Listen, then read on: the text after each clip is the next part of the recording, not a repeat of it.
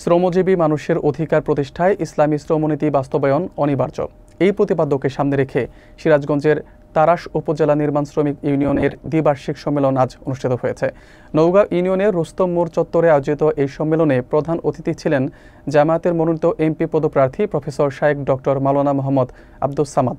বক্তারা শ্রমিকদের তাদের অধিকার সম্পর্কে সচেতন ও ঐক্যবদ্ধ হওয়ার আহ্বান জানিয়েছেন। বিস্তারিত দেখুন হেলাল আহমেদ ঈশানের প্রতিবেদনে। চলনবিলে তারাশ উপজেলার নওগাঁ ইউনিয়নের রুস্তম মোড় চত্বরে শনিবার বিকেলে উপজেলা নির্মাণ শ্রমিক ইউনিয়নের উদ্যোগে শ্রমিকদের নিয়ে একটি মিলন মেলা উৎসবের মাধ্যমে দ্বিবার্ষিকী সম্মেলন অনুষ্ঠিত হয়েছে। উপজেলা নির্মাণ শ্রমিক ইউনিয়নের সভাপতি জনাব কাউসার হাবিবের সভাপতিত্বে এই অনুষ্ঠানে প্রধান অতিথি হিসেবে বক্তব্য রাখেন কেন্দ্রীয় কর্মপরিষদ সদস্য এবং জামায়াতের মনোনীত এমপি পদপ্রার্থী প্রফেসর শায়েখ ডক্টর মাওলানা মোহাম্মদ আব্দুস সামাদ। বিশেষ অতিথি হিসেবে বক্তব্য রাখেন সিরাজগঞ্জ জেলা শ্রমিক কল্যাণ ফেডারেশনের সাধারণ সম্পাদক জনাব সুলাইমান হোসেন এবং তারাশ উপজেলা আমির খম সাকলাইন। এছাড়াও বক্তব্য রাখেন তারাশ উপজেলা শ্রমিক দলের ফেডারেশনের সাধারণ সম্পাদক খন্দকার আব্দুল বারী সহ অনেকে। বক্তারা তাদের বক্তব্যে বলেছেন, শ্রমিকরা তাদের অধিকার সম্পর্কে উদাসীন থাকার কারণেই তারা তাদের প্রাপ্য অধিকার থেকে বঞ্চিত হচ্ছেন। তাই তারা সবাইকে ঐক্যবদ্ধ হওয়ার আহ্বান জানিয়েছেন। এ সময় সকল পর্যায়ের নেতাকর্মীরা উপস্থিত ছিলেন।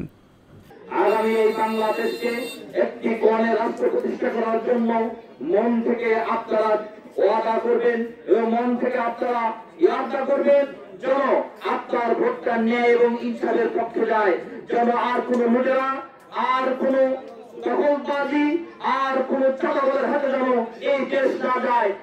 শ্রমিকদের মর্যাদা, যে মর্যাদা ইসলাম দিয়েছে, যেই মর্যাদা আল্লাহ দিয়েছে, সেই মর্যাদার ব্যাপারে তারা নিজেরাই উদাসীন, নিজেরাই জানে না যে শ্রমিকদেরকে আল্লাহ এবং তার রাসূল কি পরিমাণ অধিকার আর কি পরিমাণ মর্যাদা দিয়েছে।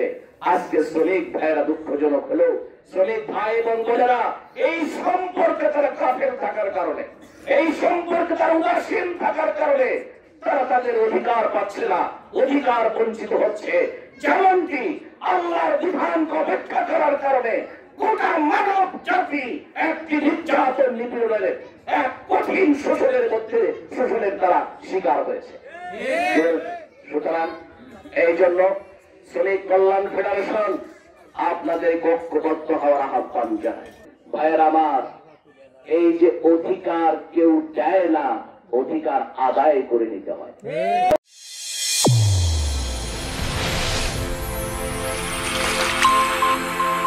চ্যানেল A1 হৃদয় রেসপন্স।